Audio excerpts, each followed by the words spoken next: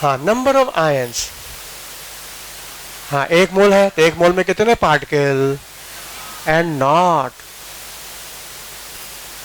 Sodium ion है, N nought sodium ion. हाँ, electron.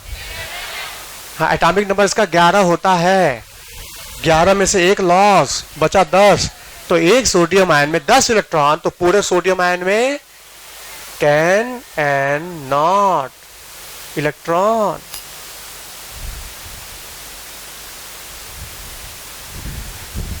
बोलो। अच्छा, प्रोटॉन बताओ। अच्छा, इलेक्ट्रॉन ना लॉस हुआ है, प्रोटॉन थोड़ी लॉस हुआ है, प्रोटॉन तो 11 होगा। तो एक सोडियम आयन के अंदर 11 प्रोटॉन, तो एन नॉट सोडियम आयन के अंदर हाँ 11 एन नॉट प्रोटॉन। हाँ, न्यूट्रॉन निकालो। एटॉमिक नंबर कितना है? एटॉमिक नंबर 23 और एटॉमिक नंबर कितना? 11। सोडियम का एटॉमिक नंबर 11 और मास नंबर क्या है? 23। तो प्रोटॉन, न्यूट्रॉन और प्रोटॉन का सम होता है मास नंबर। न्यूट्रॉन प्रोटॉन का सम होता है मास नंबर। हाँ, एटॉमिक नंबर कितना है? 11। तो प्रोटॉन की संख्या 11, तो न्यूट्रॉन की संख्या 23 में से 11 घटाओ, कितना आएगा? हाँ, 12 न्यूट्रॉन। एक सोडियम के अंदर 12 न्यूट्रॉन, तो इतने सोडियम के अंदर हाँ 12 एंड नॉट न्यूट्रॉन।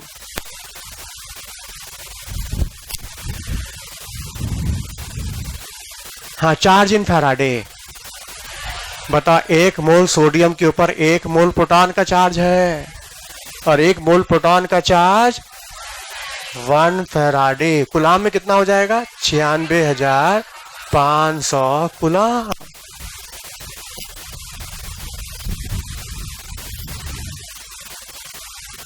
बोलो। हाँ, volume of sodium vapour NTP. हाँ, कोई भी गैस हो, कोई भी वेपर हो, 1 मोल है और 1 मोल का वॉल्यूम एनटीपी पर हाँ 22.4। बस।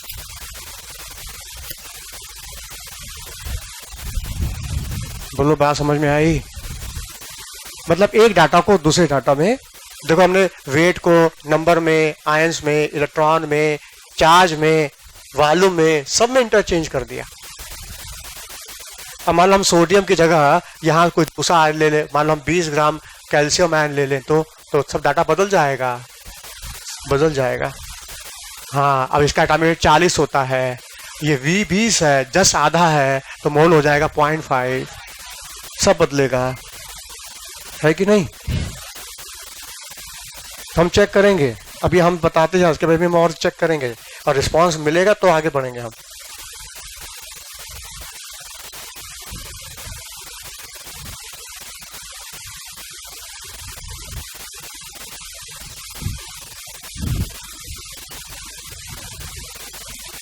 वैसे जो पेपर में क्वेश्चन आए इधर 2 साल में, हल्के हल्के क्वेश्चन आए हैं, बहुत हल्का क्वेश्चन लगा सकते हो तुम लोग, बड़े आराम से लगा लोगे।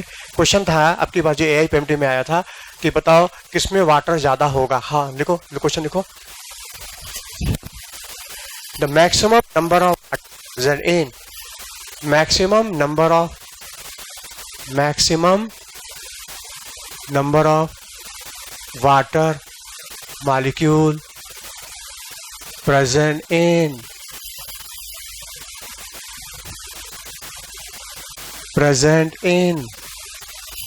ये साल का क्वेश्चन था AIPMT। Maximum number of water molecule present in, option था, पहला ऑप्शन था 18 ग्राम वाटर, फिर क्वेश्चन दूसरा ऑप्शन था 18 ml वाटर, फिर ऑप्शन था 18 मॉलिक्यूल्स ऑफ वाटर, फिर था 18 मोल ऑफ वाटर। बोलो, ये था आंसर।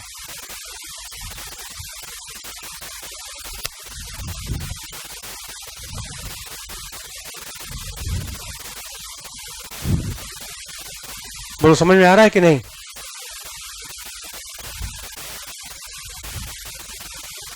अठारह ग्राम मालूम है 1 मोल हो जाएगा, और 1 मोल में n पार्टिकल, तो 18 मोल में क्या होगा? 18 n नॉट।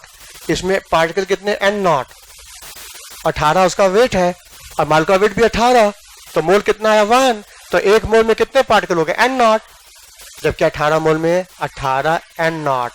अच्छा 18 ml में कम होंगे, 18 ml में वाटर इससे कम होंगे कि ज्यादा होंगे, बोलो, बराबर होंगे, क्योंकि वाटर की डेंसिटी 1 होती है, और जब डेंसिटी 1 तो वेट वॉल्यूम के बराबर। ये डेंसिटी क्या है, density equal to mass by volume. Water है ना, वाटर की डेंसिटी क्या होती है 1 ग्राम पर ml। जब वाटर की डेंसिटी 1 है तो वेट मास वॉल्यूम के बराबर, मतलब 18 ग्राम 18 ml के बराबर। बोलो, वाटर की डेंसिटी 1 है तो वेट डेंसिटी क्या होता है, मास बाई वॉल्यूम।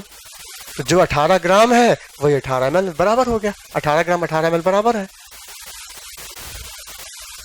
तो जितने मालिक्यूल इसके अंदर है उतने ही मालिक्यूल इसमें भी है। मान लो क्वेश्चन आ जाए कि पानी की एक बूंद है जिसका वॉल्यूम है 0.05 ml। तुम लोग 11th में एक बूंद का वॉल्यूम निकाला जाता है पिपेट से, कराया गया तुम लोग को स्कूल में 11th में? नहीं कराया गया, कराया जाता है हर जगह, क्यों नहीं कराया? तो सुनो, वैसे इतना आएगा, पानी की एक बूंद का वॉल्यूम कितना आएगा 0.05 ml। इस एक बूंद में, पानी की एक बूंद में वाटर के कितने मॉलिक्यूल हैं, number of water molecule.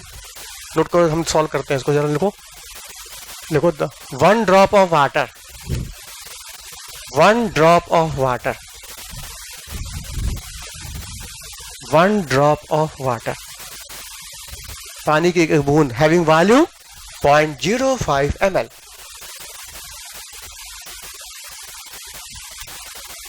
Volume कितना है 0.05 ml। How many water molecule in 1 drop, how many water molecule in 1 drop. एक बूंद में, वाटर की एक बूंद में कितने वाटर मॉलिक्यूल होंगे, सोच लिया?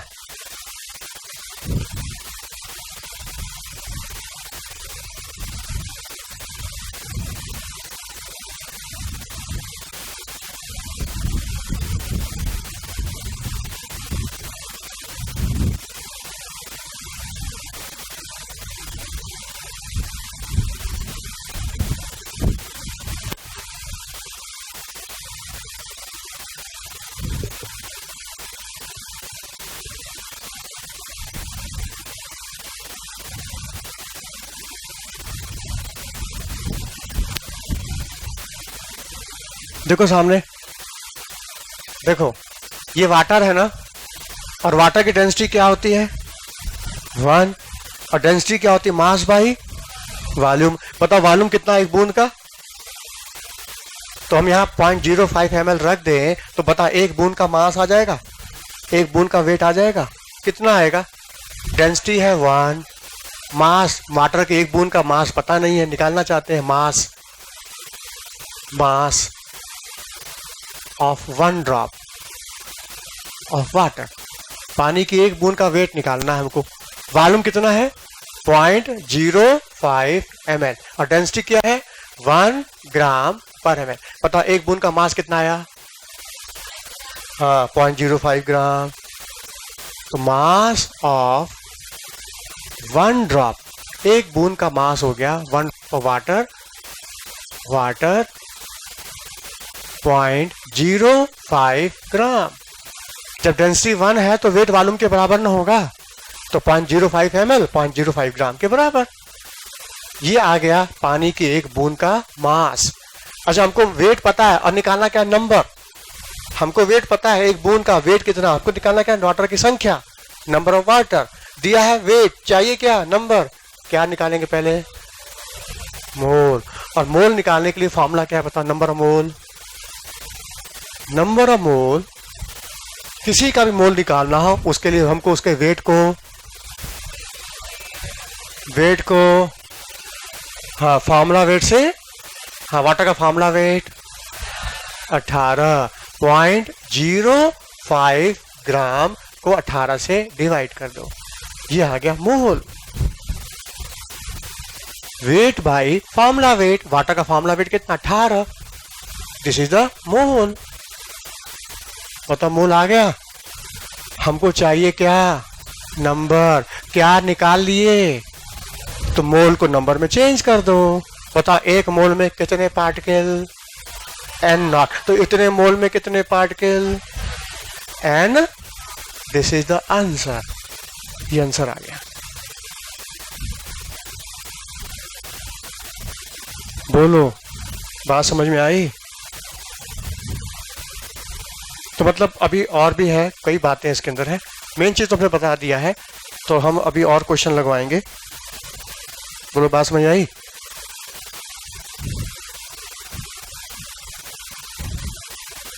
अब निकालो ऑर्गेनिक, आधा घंटा है। क्लासिफिकेशन पढ़ा दें ऑर्गेनिक कंपाउंड का।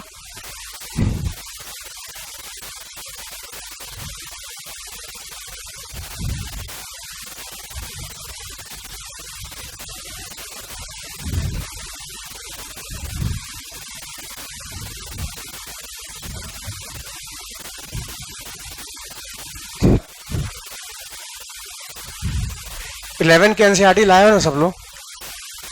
नहीं लाए, हमने कहा था बताएंगे कहाँ का टॉपिक दिया, ये जो हम पढ़ा रहे हैं 11 है ना। हाँ, वही चीज पढ़ाने जा रहे हैं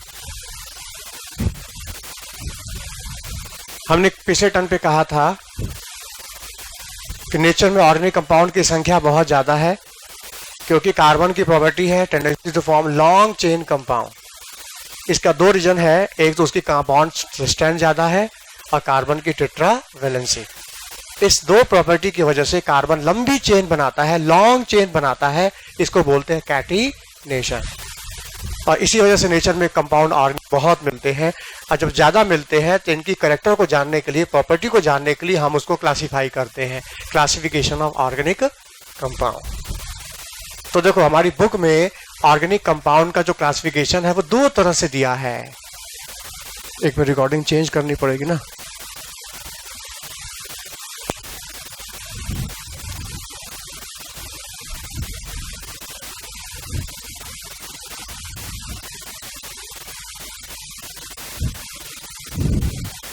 हाँ, अब तुम मोल कंसेप्ट के क्वेश्चन अपनी गाइड से, एनसीईआरटी से, पहले एनसीईआरटी से लगा के उसके बाद गाइड से लगाना स्टार्ट कर दो, लगेगा क्वेश्चन लगेगा। और जिसके बाद आरसी मुखर्जी हो वो उससे लगाना स्टार्ट कर दे। हाँ, आरसी मुखर्जी का शुरू के 3 क्वेश्चन मत लगाना, पहला दूसरा तीसरा छोड़ देना, वो तब लगेगा जब मालका वेट पढ़ाएंगे तब लगेगा, नहीं लगाना। 3 क्वेश्चन छोड़ के लगाना, ऑब्जेक्टिव क्वेश्चन, बाकी सब्जेक्टिव हाँ रिकॉर्डिंग चेंज कर दो, टॉपिक बदल गया है ना।